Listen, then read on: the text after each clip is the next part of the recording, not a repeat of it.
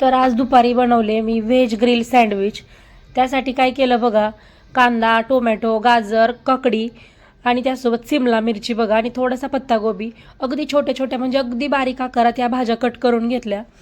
त्यानंतर बघा एका मोठ्या बाउलमध्ये या भाज्या काढल्या, त्यामध्ये चवीपुरतं मीठ, अगदी थोडंसं लाल तिखट आणि बघा 1 ते 2 चमचा इतके मी मेयोनीज आणि 1 ते 2 चमचा इतकं टोमॅटो केचप घातलं, व्यवस्थित असं मिक्स करून घेतलं।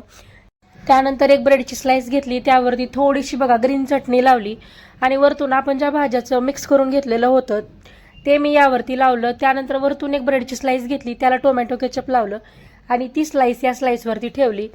तव्यावरती बघा थोडंसं तूप लावून घेतलं आणि यावरती हे सँडविच मी छान असं मीडियम गॅसवरती खरपूस असं भाजून घेतलं। इथं मी 2 प्रकारचे सँडविच बनवलेले होते। तुम्हाला पूर्ण व्हिडिओ पाहायचा असेल तर आपल्या चॅनलवरती व्हिडिओ आहे, तिथे जाऊन व्हिडिओ नक्की बघा। आणि या सगळेजण गरमागरम सँडविच खायला